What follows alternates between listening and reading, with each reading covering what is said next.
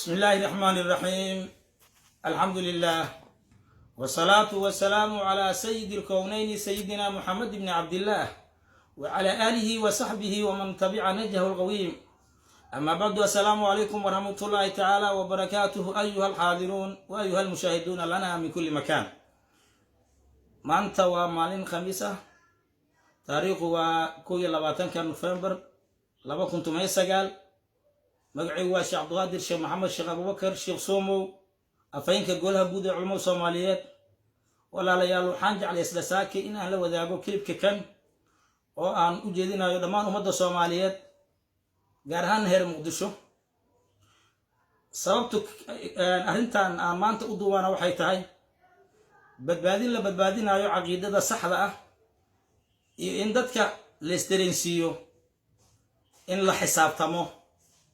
walaalayaal, waxaa isoo gaartay oon ka arkay telefishinka qaranka soo dhigaya ninka la yiraahdo Sheekh Umul inuu biri garoonka Injineer Yarisow rahimahullah inuu muxaadaro ku dhigayo. afkiisana uu ka yiri waxaan dhigayaa muxaadaro Muqdisho aan u dhigayo kuna saabsan waxyaabaha keena masiibooyinka iyo waxyaabaha lagu cilaaji karo. waxaan rabaa marka inaan dadka Soomaaliyeed ee maqlaaya ama idaawanaya aan la wadaago dhibaatooyinka waxyaabaha keena in la diraaseeyo sax waay, wixii lagu cilaaji lahaa in la helana sax waay, laakiin waxaa la rabaa dhibaatada noocyada horta in la isla fahmo. dhibaatada Soomaaliya haysata waxa ugu weyn badan waxa waaye dagaalada sokeeye ee dalka Soomaaliya ka dhacay ee fikirka diiniga ah ku dhisan. qofka waxaa la rabaa marka waxaan loo sheegaa inaan fiirino khalfiyaadkiisa. dadka Soomaaliyeed waa dad muslima boqolkiiba boqol laga soo bilaabo zimikii nabiga calayhi salaatu wasalaam. waxay ahayd dad sunniyiin ah, dad madhabkooda Shaafici ahaayeen. haddii ay xilligii madaahibta ay soo baxeen laga soo bilaabo 204 oo geeriyo Imaamu Shaafici 150 ayuuna dhashay. waxay ahayd dad Shaaficiyiin ah oo hijriga ah markaas ilaa maanta laga soo gaaro maanta. dad waxay ahayd ahlu sunnah oo ahlu caqiidadoodna ay tahay caqiidatu ahlu sunna wal jamaa. dad waxay ahayd ahlu dariiqa ah ilaa laga soo gaaro lixdameeyadii oo ay soo bilowdeen khawaarijtu. walaalayaal, haddaba maxay tahay sababta aan kilibkan u keenayo? waxa waaye sababa soo socdo. kow, in laga digtoonaado iyo inaan dib taariikhda u barano iyo waxa soo socda inaan fahanaa. ninka la yiraahdo Umul mawaaqiftiisa ila taqaaniin anuguna aan ogahay, asigu naftiisuna ogyahay. waxaa ka mid ah in uu dadka Soomaaliyeed intooda badan oo ahlu duruq ah ama suufiye ah agtiisa gaala ka yihiin oo masaajidooda aan midadka la geey karin laguna duka karin ayuu goobo badan ka cadeeyay. labo, wuxuu dhiirigeliyey dadka ahlu sunna wal jamaa ah meel kastay joogaan wixii khawaarijtu ay ka dishanay khudbooyinkiisa ayay kula dhiiradeen. waxaan leeyahay marka masiibada ka weynta waaye in qofka caqiidada laga fasahaadiyo oo qofka caqiidadiisa la fasahaadiyo. waa ogtiin mawaaqifta Umul waxaa ka mid ah nabiga calayhi salaatu wasalaam afkaygu ma karee sidaad ogtihiin xaqiraad weyn oo geysta. in nabiga la xaqira waxay tan waa gara kartiin. mawaaqiftiisa waxaa ka mid ah in uu xaaraan ka dhigay, inuu xalilay oo xalaal uu ka dhigay waraabaha. mawaaqiftiisa waxaa ka mid ah dowladaha Soomaaliyeed madaxweynayaasha soo bara mid ka mid ah asigoo masaajidkiisa jooga inuu dhiirigeliyey dagaalkii lagu haayay oo khawaarijta ku haysa. haddaba walaalayaal, Umul ma waxuu bedelay in suufiyada gaala ay yihiin fikirka ama ka laabta? ma ka laaban, weli waa ku taagan yahay. waxaan kaloo idin sheegayaa masiibada ka weyn ma jirto. waa taa isla qaadana soo maahay in qofka caqiidada laga galo oo dadka Soomaaliyeed qof ahlu tawxiid oo adigu gaal u ictiqaadiso masiibo ka weyn ma jirto soo maahay. ninkii saas ku dhiirigeliyey dad badan ayaa fikirka Umul waxay ugu jiraan qabriyaal oo khawaarijtu ku leysa. kuwa badan agoomana oo maanta jooga, kuwa badan ayaa tabca karin oo dhaawac culus qaba.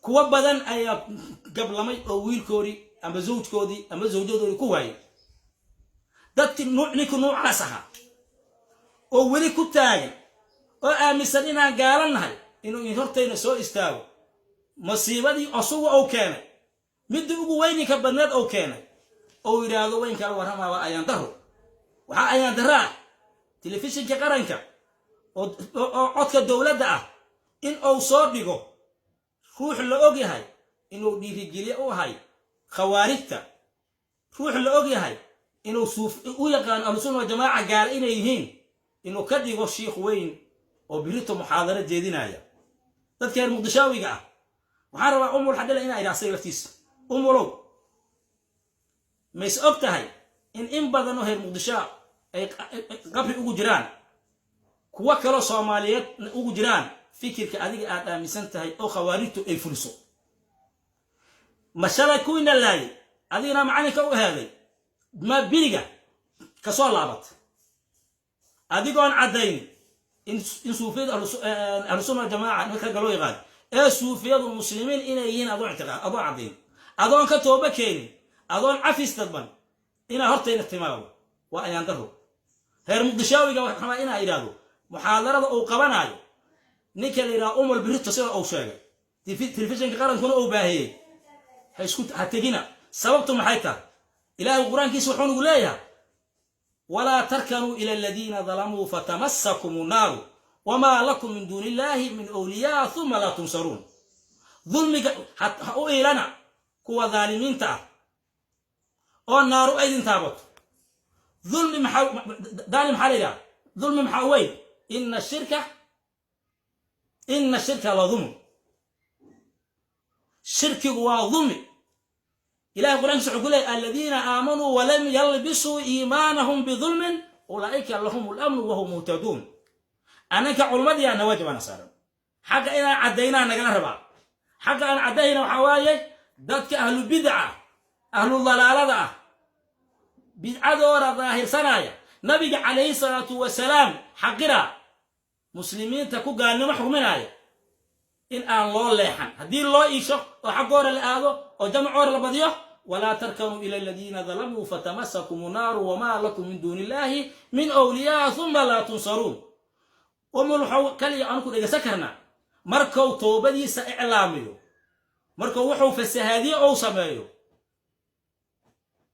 waxaan rabaa marka in dadka Soomaaliyeed ku baraarujiyo ninka muxaadarada bixi qabanaya waa nuucas waa ninka nabiga kaleey salaatu wasalaam xaqiray waa ninka fikirka khawaarijta u sheekha waa ninka dad badan ay qabri ugu jiraan kuwa u dhaawaceen kuwa u hanti beelaan kuwa hadda u handadan yihiin oo ahlu sunna wal jamaa oo ahlu dariiqa ah dawladda Soomaaliyeed waa in ku baraarujiyo telefishinku waa meeshii aan ummadda ka hagaajinayno telefishinku waa meeshii khawaarijta lagu dirirayo telefishinku waa meeshii aqoonta sax laga faafinayo حكفى فين عقيدة فاسدة حوايا حادي الليل هنغنى قف كستو كوفي العلماء نود هنا قف كستو قميص وتواشيخ هنا وإنا كالبرتان قف كأمد سحر أو شيء جاي أو مواقف تسعين بدليني أو دين تيسا كل أوصل إيا قف ك مال بجيت فورا وإنا كالبرتان مرة من عقيدة جورجورة عقيدة ثابتة أو كتاب يسونا كتاجن أيام رمنا وحأنت أقول لنا النبي وحولي عليه الصلاة والسلام إذا ظهرت البدع وسكت العالم فعليه لعنة الله لعنة داس أنكو كعررين أيام حان ديدينا ومدين إن لفس هذه أنكو تاجن وإذا شاقني اللهم هل بلغت بل حدا نواجر سينا مركا إن يسن الإيوح لميذا التلفزيون كقرنك وأقران وهو مغلسي ما دام يمشي مدى لقها نونيناي شعب كان وأوشي هذا dadka ahlu bid'ah dhageysanay umulna waa u nasiixeeyo waxaan ku yiri walaalo horta marka ugu horeysa adiga tooba keen laftaada hagaaji ka bacdi noo imow wassalaamu alaykum wa rahmatullahi ta'ala